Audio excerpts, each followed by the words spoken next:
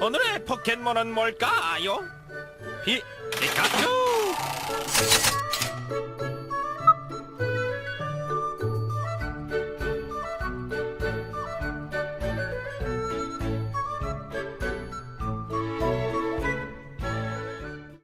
좋아. 그래, 너네들 이제 뭐 프로이트, 에릭슨, 스키너, 로렌츠, 벤주라 이렇게 선생님이 알려줬는데, 이제 피아제, 비고츠키, 메슬로우, 브렌펜브레너 이 네 친구를 안 알려줘서 선생님이 급하게 유튜브를 찍게 됐어. 좋아. 선생님은 지금 부모님 집에 와 있고, 우선은 피아제를 보면 뭐 피아제에서 뭐 동화, 조절, 평형, 도식, 적응 같은 경우는 선생님이 그 예시를 들어서 설명해줘서 그래도 어느 정도 알 거라고 생각하는데, 감각적 조작기부터 형식적 조작기까지는 아직은 이해 못하는 친구들이 있어가지고, 우선은 감각적 조작기 같은 경우는 감각을 통해서 뭐 운동을 통해서 외부 환경과 이해하는 그런 적응의 단계래. 예를 들어서 뭐 0에서 2세인데 뭐 딸랑이 이런 거 하면서 그런 감각을 통해서 아 이게 환경을 이해하고 뭐 적응하는 그런 단계라는 걸 일단은 여러분 선생님이 예시를 들어 설명해 줬으니까 이건 알고, 두 번째 전조작기. 이때는 애기들이 이제 말을 하기 시작해요. 제대로 이제 말을 하기 시작해. 근데 애들은 이제 막 궁금증 폭발해가지고 막 엄마 왜, 아빠 왜, 할머니 왜, 누나 왜, 언니 왜, 뭐 오빠 왜, 형 왜, 약간 이렇게 언어가 이렇게 급격하게 발달하면서 주변 환경에 대해서 왜라는 질문을 하고 이제 궁금증을 풀고 이러는 과정에서 이제 지식을 얻는 그런 단계예요. 이때는 근데 선생님이 그 유튜브 보여준 것처럼 단면적인 모습만 보여줘서 판단하는 단계이기 때문에 약간 좀 비논리적이라는 거. 오케이, 세 번째, 구체적 조작기 같은 경우는 단순히 약간 구체적인 그런 인지 활동이 이루어지는 단계인데, 전조작기에 비해서는 그래도 논리적이긴 하지만 단순히 약간 자신의 경험에서 나온 바이브를 통해서만 나온 그런 논리적이라는 거. 그리고 네 번째, 형식적 조작기 같은 경우는 여러 가지 측면에서 문제를 생각하고 그다음 막 해결하고 추상적인 사고를 하게 되고 막 눈에 보이는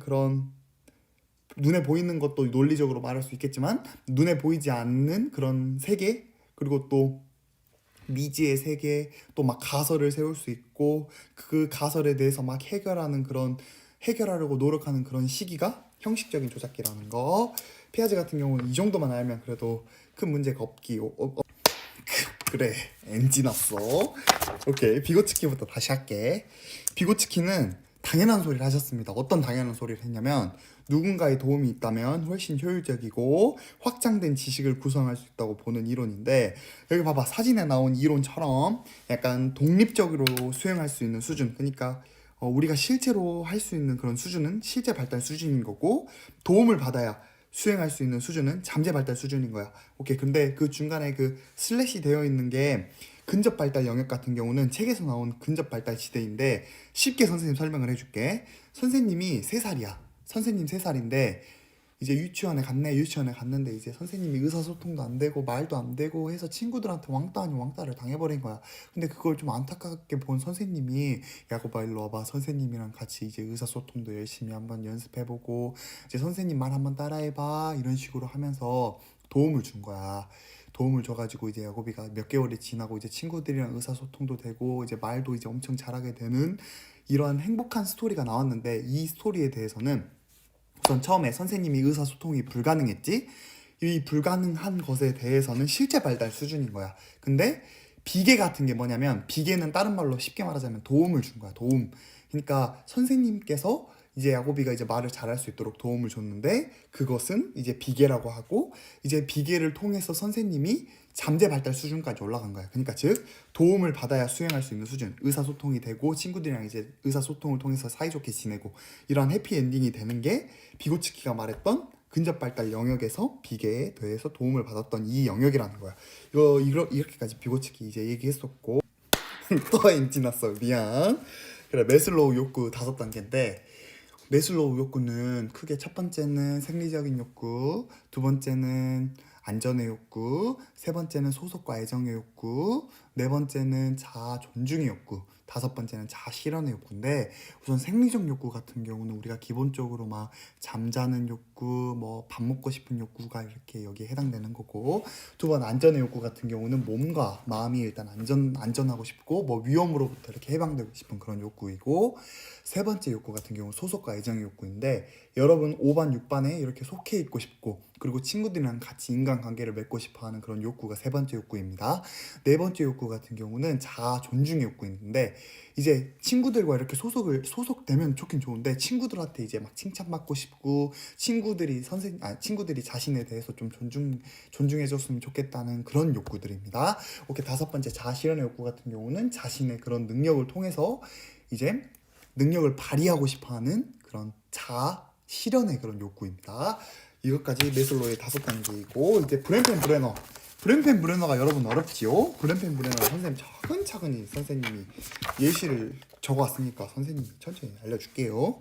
브렌펜 브레너는 우선 첫 번째는 미시체계, 두 번째는 중간체계, 세 번째는 외체계, 네 번째는 거시체계, 다섯 번째는 시간체계가 있는데, 우선은 미시체계 같은 경우는 약간 기본적으로 이렇게 상호작용하는 그런 환경인데, 실제로는 뭐 교사, 친구들, 뭐 부모님, 뭐 가족, 학교, 그런 학생과 직접 이렇게 상호작용하는 거, 그게 약간 기본적인 미시체계입니다.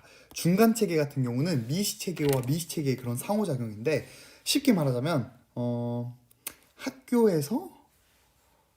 있는 친구와 그리고 집에 있는 그런 가정에서의 그런 약간 상호작용, 뭐 교사와 그런 부모님과의 그런 상호작용, 막 대화를 나눈다던가 그거를 통해서 아동에게 영향을 받게 된다면 그거는 약간 중간체계라고 할 수 있습니다. 세 번째 외체계 같은 경우는 뭐 대중매체, 법, 인터넷 등이 이렇게 해당할 수 있는데, 이거 예를 들면 뭐 아동과 직접 이렇게 상호작용을 하진 않지만 뭐 대중매체에서 뭐 아동에게 영향을 주는 약간 사회적인 구조라고 말해주는데, 약간 예를 들어서 선생님이 TV를 보고 있었어. TV에 로제가 봉사활동을 하는 거야. 어떤 봉사활동을 하냐면 약간 불우이웃 돕기에 대해서 약간 홍보를 하는 봉사활동을 하는 거야.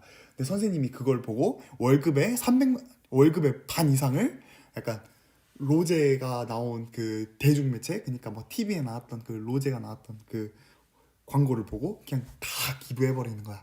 이것이 영향을 받게 되고, 이런 거 같은 경우는 대중매체는 외체계에 이렇게 소속된다 알게 되고, 네 번째 거시체계와 다섯 번째 이 시간체계, 이게 헷갈리는 친구들이 많더라고.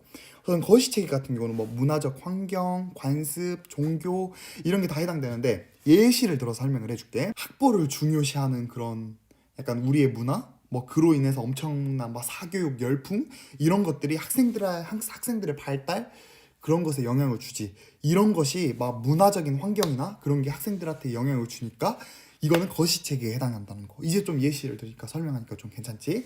다섯 번째 시간체계 같은 경우는 약간 시간의 개념을 약간 중요시 생각을 하고 우리의 전생에서 일어나는 약간 변화를 포함한 거야. 그냥 쉽게 선생님 설명을 해줄게. 우리나라 이야기를 들어보면 일제강점기가 있었잖아, 그치? 일제강점기 같은 경우는 막 모진 고난이나 뭐 수탈 그런 것으로 인해서 약간 우리가 아직도 반일 감정이 엄청나지, 아직도. 그런 것을 보면 약간 시간적인 그런 흐름에 따라서 우리에게 영향을 주는 거. 예를 들어서 이러면 절대 안 되지만, 어릴 때 약간 그 학교 폭력을 당했던 그런 아이가 나중에 그런 폭력에 대한 기억으로 인해서 고통스럽고 그것에 대해서 막 영향을 받고 했던 그런 시간의 흐름에 따라서 영향을 받았던 게 시간체계야. 이해됐니 친구들? 그래서 뭐 프로이트, 에릭슨, 스키너, 로렌츠, 벤주라는 선생님 그 전에 말했던 유튜브를 참고하시고, 비아제, 비고츠키, 메슬로우, 브렌펜 브레너는 선생님 오늘 이거 말해줬으니까 이거 한번 참고하셔서 여러분 공부 열심히 하시고 다음 주 시험 잘 보시길 바랍니다. 안녕.